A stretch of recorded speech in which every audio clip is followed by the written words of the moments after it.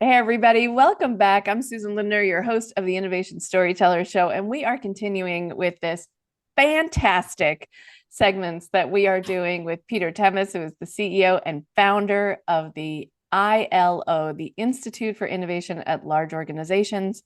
Peter, thank you so much for joining me again. My pleasure, always, genuinely. So, we are kicking off this series by looking at different themes, things that we think are really important to the innovation community, and especially this unique intersection of innovation and communication. And Right. sometimes where we really screw it up, and sometimes where we really nail it. And this conversation is about looking at the different ways of, of what happens in our respective organizations when the innovation and the communication do or don't align. And there are a lot of side effects. And so I was doing a little bit of research prior to this call with Peter today about what happens when this goes sideways. And so the good folks at McKinsey have done a study and found that only 37% of employees are actually aware of their company's most important goals, strategies, and tactics.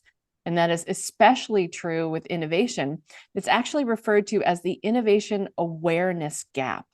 So I Mhm. want to spend a little bit of time. Our theme for today is that innovation awareness gap, and ask all of you, how aware are you of the gap that exists between the innovation you're trying to put out or roll out into either internally into your companies or out into the marketplace, and to the recipients of that innovation message? And Peter, I'm just kind of curious off the top of your head, thinking about that innovation awareness gap.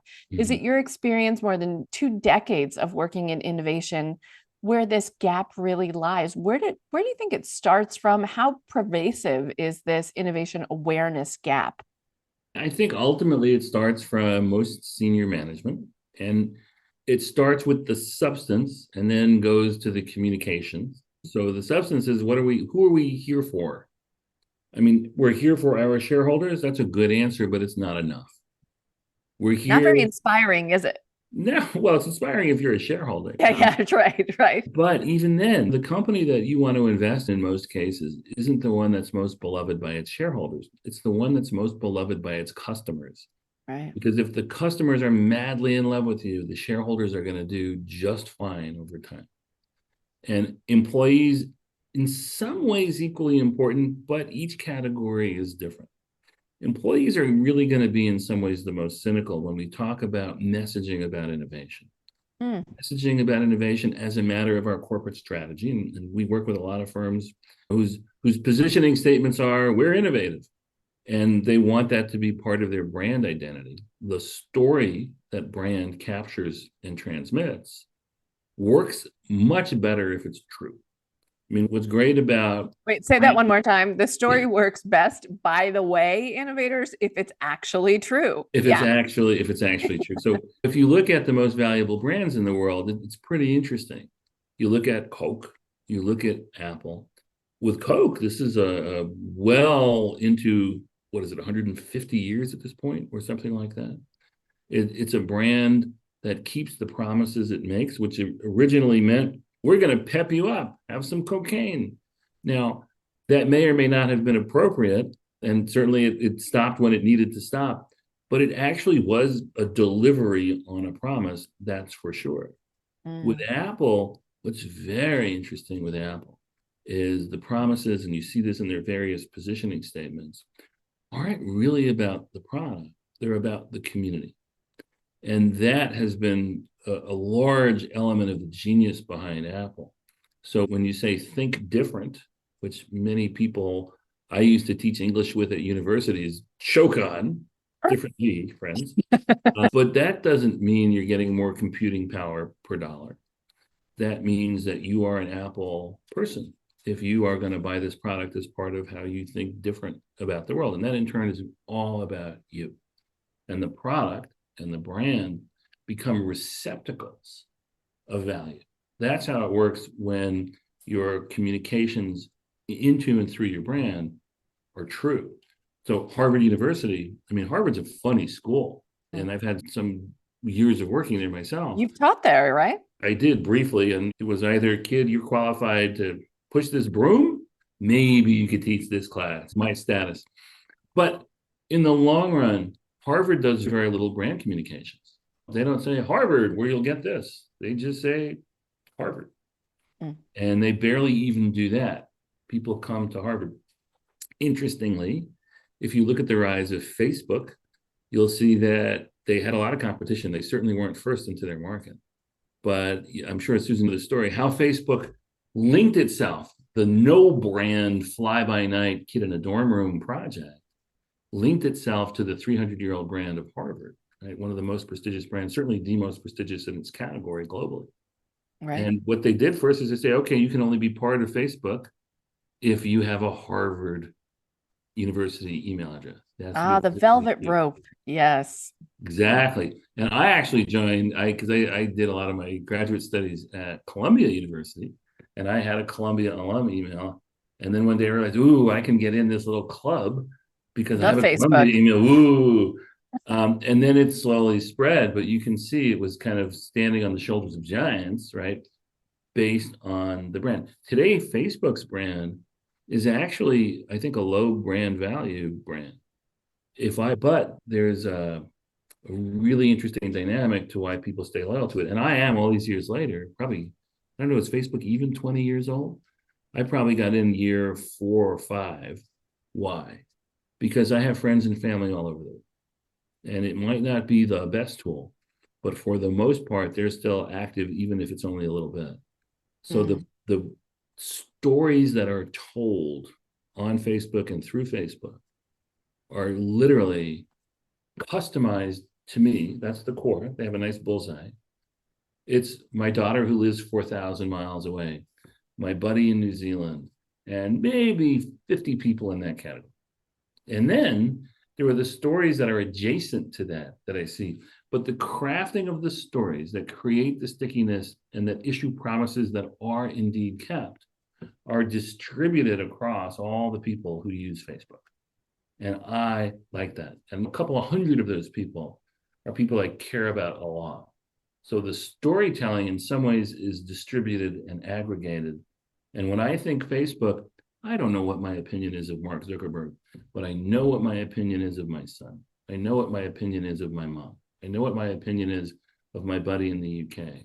And that's the kind of story promise kept that I get when I log on.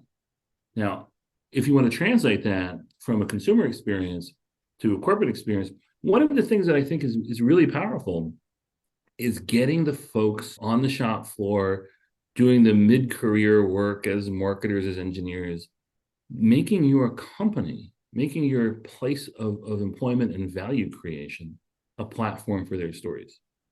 And sure, you can do that in a glitzy way. And I like this kind of thing. You can do a TEDx for your company or your community.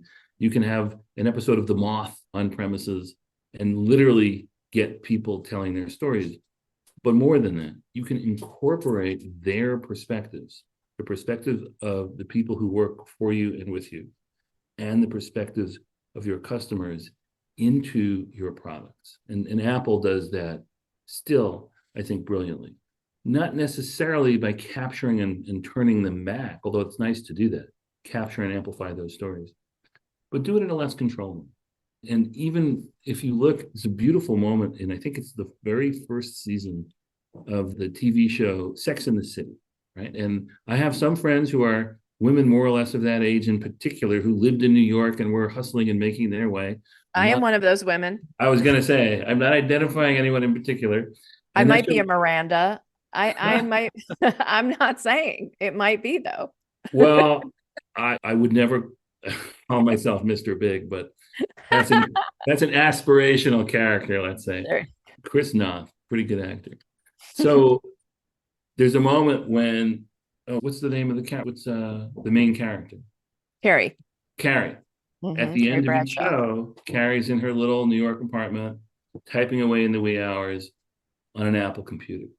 Yep. And that Apple computer brand was really important. Why? Because it was embedded in her story. And they didn't pay extra money for her to say the word Apple, but it was there. And she was crafting and delivering her story through that device. It was a real use case that people could identify with. She was an aspiring role model or just a sympathetic character in a deep personal way for many.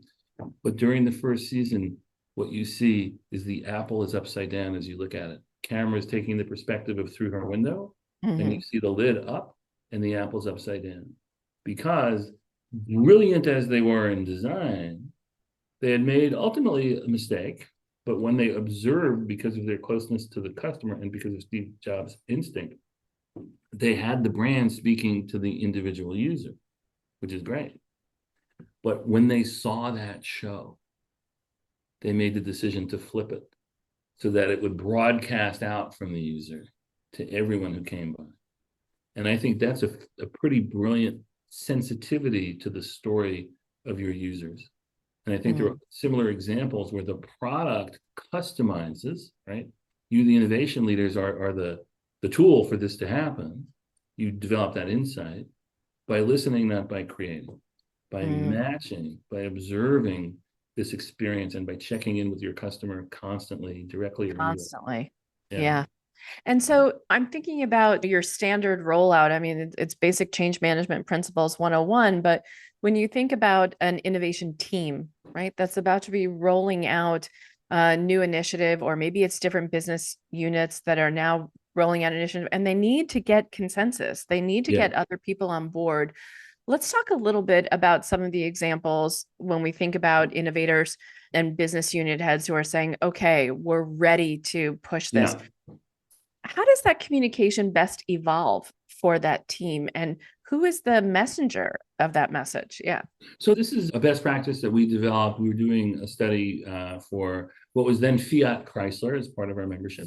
It's now Stellantis. And I suppose it's Peugeot is maybe the master brand in that French company that now owns the great American icon. But Stellantis is an interesting company. At the time, Me too. At the time, one of their R&D leaders told us, we've reached an interesting point in our innovation management program. We have a proof of concept stage and the handoff stage. And when the handoff is done, we're advising to some small degree the production people who are taking forward this new thing. Proof of concept is done when we've determined that we know how to build this new thing or make this change in process or in product. We've figured out that we really can do that at scale. We've identified supply chain and see how the pieces fit together. We've identified that customers really do like it, will like it. And now we're ready to say go. And that's the handoff period, which might, in a normal case at a company like that, be, let's say, a 30, 60, or 90-day handoff. The research question that they gave us was, once we're done handing it off, everything slows down because these production people don't still really know how to go from making this part of their product portfolio. We're integrating this into the vehicles that are getting it first. We move fast, they move slow. They're no longer resisting politically the handoff. That used to be the case. So 10 years ago, we'd say, hey, we have this great thing, it's ready for the handoff. And they'd say, who are you? We don't like you. Don't you think you're smarter than we are? And she said, that's gone. They've changed incentives, and these folks are being judged on how good a job they're doing, taking the handoff from the R&D and innovation teams. So they have motive to make it work, but they still really just kind of don't know how to. They don't, I'm sorry. They don't know how to. They don't know how to take the handoff. Yeah, well, not even take the handoff. They don't really know how to do something good with it. So their compensation, the production side people whom you hand off to, their compensation, their scorecards now have changed, have matured. So they are incentivized to accept a handoff with a smile on their face and make their best effort to make it scale. But they're not good at making it scale because what they're good at is making more of what's already scaled, right? And she said, we need to figure out how to make that go faster. And we did a lot of research. We found a few companies, including the Scott Paper Company. Oh, did I say Scott Paper Company? No, this is not an episode of The Office. The Dunder Mifflin. The Scott Tissue Company. Yes, Scott Tissue Company. Yes. In everyone's bathrooms, near and far. Yeah. Yeah, you can just call me Dwight. There you go. So everyone wants to be Jim. We all think we're Jim, but we're really Dwight. So they have a great program. And this is what we've really distilled a little bit into the best practice. Here's the best practice. After you have proof of concept on your way to the full handoff, a slower handoff process makes the whole path to market go faster and gives it a greater likelihood of success. Why? Well, here's what you really want to do. Let's say you've got a 6-month period where you've identified, you've done the ideation, and you said, we think this is a good thing to do. We think the pink colored twice as large 0.8 price point item is the winner. We've tested it with some good design thinking, some good, very small in-market tests. It works. Can we build it? Do we have the right teams? Where would it go? Is there supply chain for it? And you get all that done, you're like, we're ready to go. Let's call that a 6-month process for your innovation group.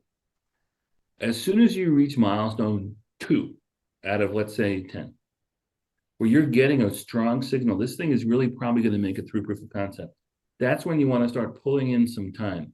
Call it 5 hours a week. A weekly summary meeting that you have with your team. Bring in someone who would be on the handoff team. Someone who's a manager on the other side. Bring them in then. And that does 2 things. It gets them to say, gang, this is not a terrible idea. But if you make it pink, my manager is going to try to kill it because we hate pink. Green, winner. Blue, okay. And you're like, wow, you do a quick retest. Green can't work. Blue, powder blue. Robin's egg, great, let's do it. You've now taken something that would have been either a slowing factor or a stop factor. You've encountered it earlier. You've pulled the cost of failure closer. So you actually saw pink fail, but it failed in an instant and you're able to fix it and keep going and capture the rest of the value, right? They have to know what you're doing. It has to be visible. So you get that, let's say 5 hours a week. In the long run, if you've had a team of, let's say, 2 or 3 FTEs working on this proof of concept in your innovation team, you're going to reach milestone 4 or 5. Like, man, this thing's really going to go. Great. Let's get that person who's been 5 hours. Let's get another colleague of theirs to also start coming to that meeting. And let's see if we can capture a quarter time of the original person. So it's like a slow inclusion, like these little concentric circles, right? That you just keep building over time. But what is the moment that's too early to start communicating this? Like, how do you know where it's almost certain to fail? Too early is where it's almost certain to fail because there's an inevitable political cost to it. So I learned this lesson from a few places, but Alf Bingham, who was a real pioneering figure, founder of Innocentive, one of the 4 global leaders of R&D at Eli Lilly and Company, but also a wild man, right? Alf, who's now happily retired in the California mountains, turns out to be a big Harley Davidson motorcycle guy. And he's a wild man at heart who happens to have a PhD in chemistry from Stanford. And as we all do. Has had a brilliant career at the top of the executive ladder for 30 years based out of Indianapolis for Eli Lilly. But his bosses understood, and he had in his heart a kind of wildness and experimental nature. And they gave him the innovation brief. They gave him, in fact, the opportunity to create Lilly Ventures. And he fought a lot of those early innovation fights and spent plenty of time with us as he brought Lilly into the membership, but we put him on the stage a lot because he was just so damn smart.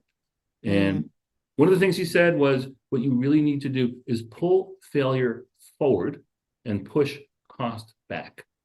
And what he meant by that was, if you have a great idea and you're a bunch of innovation nerds think it's a winner, don't then ask for a budget to test it.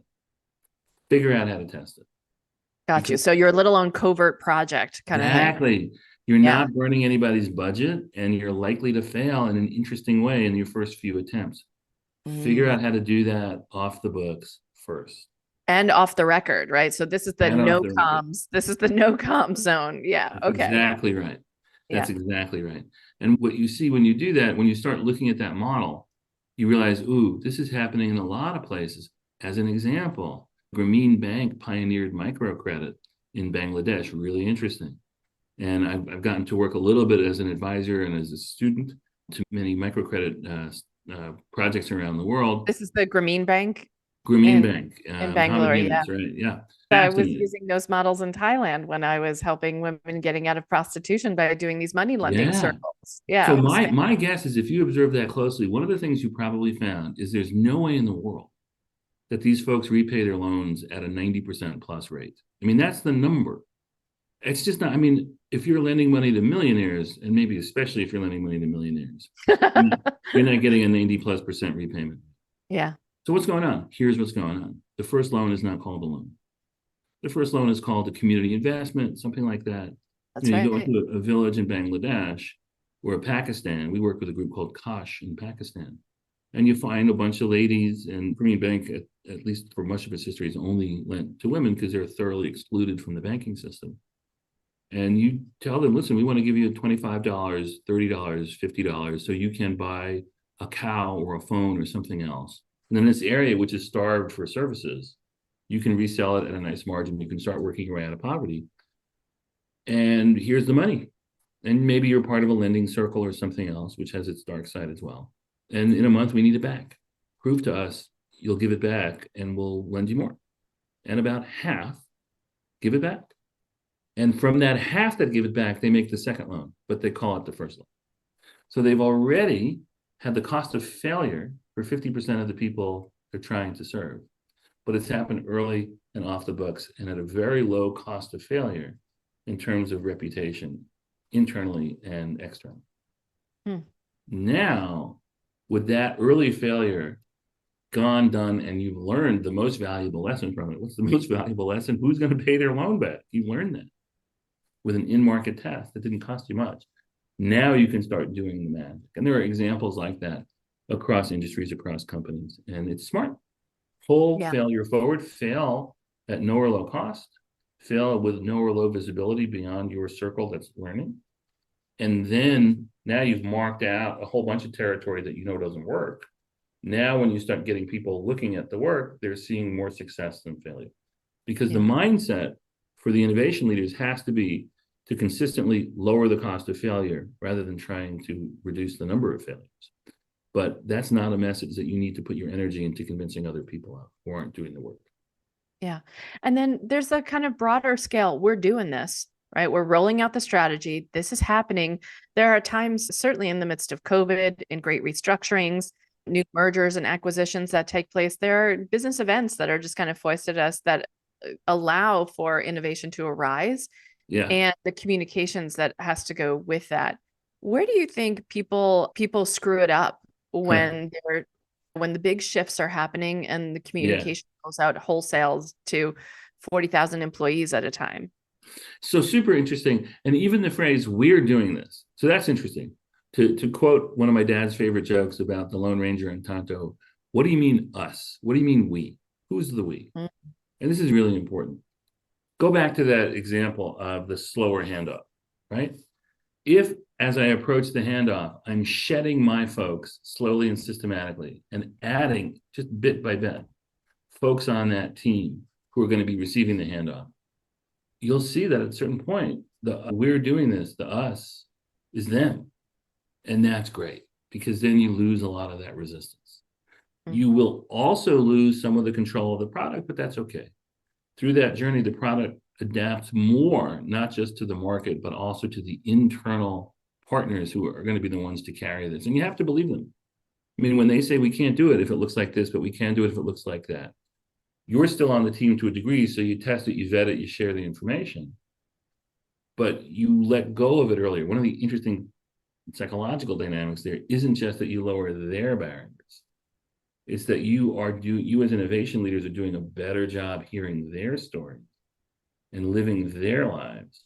So a lot of that friction goes away and you get a faster dynamic customization as you move toward the thing that really will work.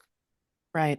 And I think we talked about this in a previous episode of using these empathy maps, of really asking the question is, what is the pain for people who say yes to adopting this, right? And everyone, if it's an organization-wide thing that must be adopted, then are we taking into account all of their pain? Even if there's benefit to it, what is the pain of saying yes?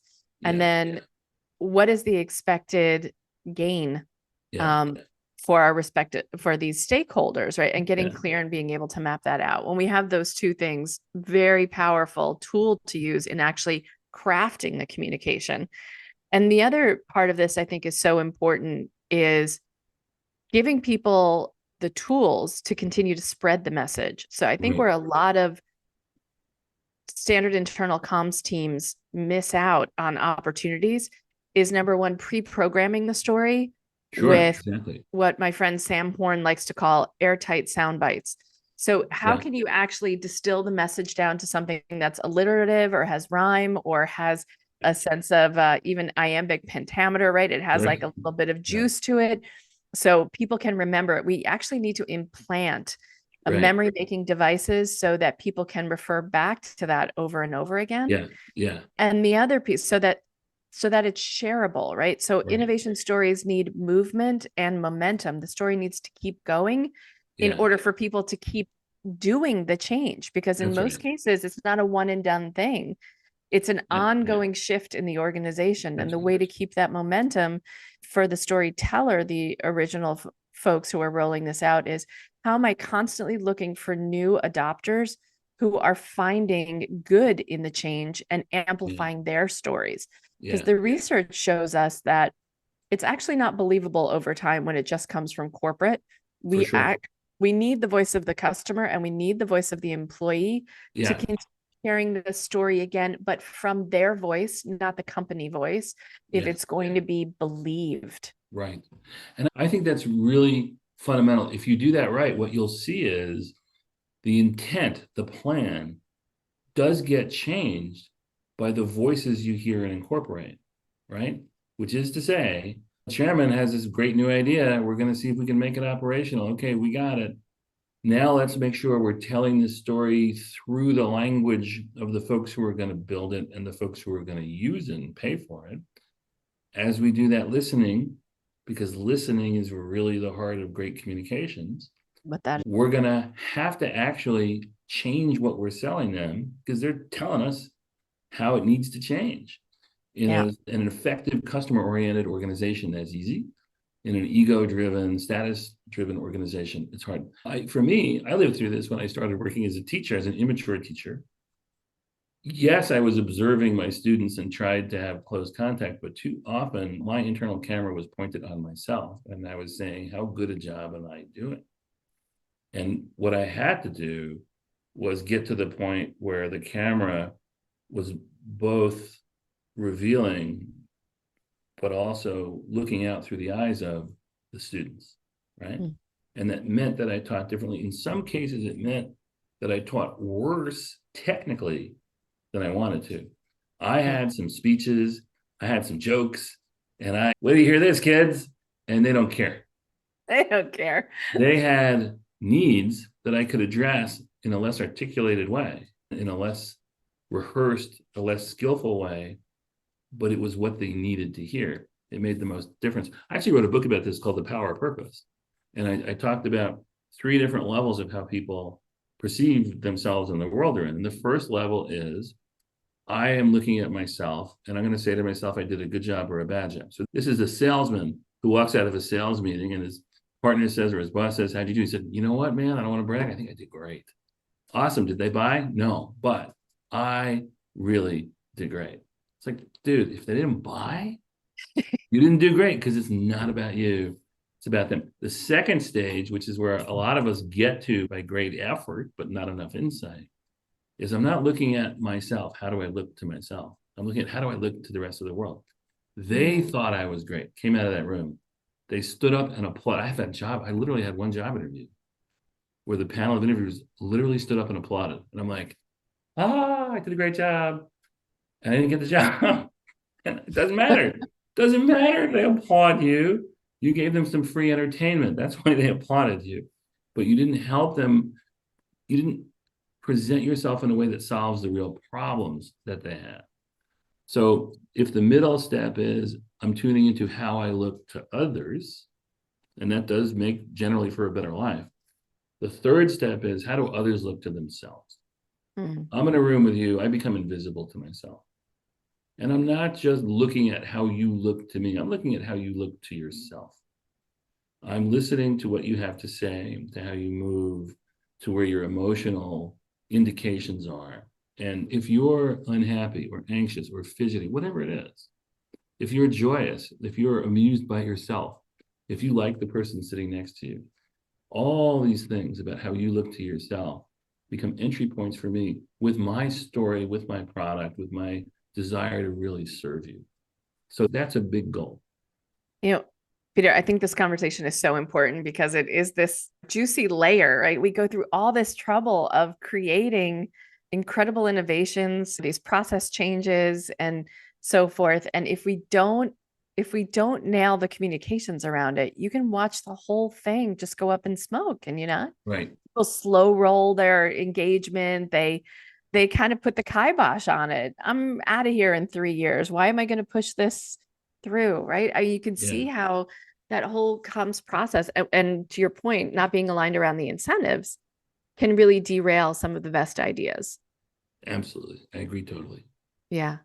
Well, Peter, this has been a fascinating conversation. Definitely consider this innovation awareness gap and whether or not this is happening in your organization. What can you do to begin having a conversation with your comms department Mhm. and really thinking strategically about, as Peter said, these kind of concentric circles that you need to build out as the innovation is growing and gaining speed, not when it's in its most nascent form, not when you're yet getting budget Mhm. from the board or from the C-suite, but slowly creating this comms plan that's going to get people on board, thinking about allies and early adopters, those folks from other departments who can give you the pink no, green yes, thumbs up, Mhm. and thinking about those obstacles and putting aside reducing risk and reducing cost to the effort as well. Am I missing anything, Peter, on our final thoughts for this episode? No, I think it's great. And I would just emphasize that those conversations you want to have are more about listening than telling. Oh, well said. Well said. Thanks, everybody, for joining us on this edition of the Innovation Storyteller Show. We're talking about the innovation awareness gap. And if you want to learn more about the Institute for Innovation at Large Organizations, Peter, where can they find you? We are at www.iloinstitute.net. Amen. Thanks so much, everybody. Thanks so much, Susan. Always a pleasure.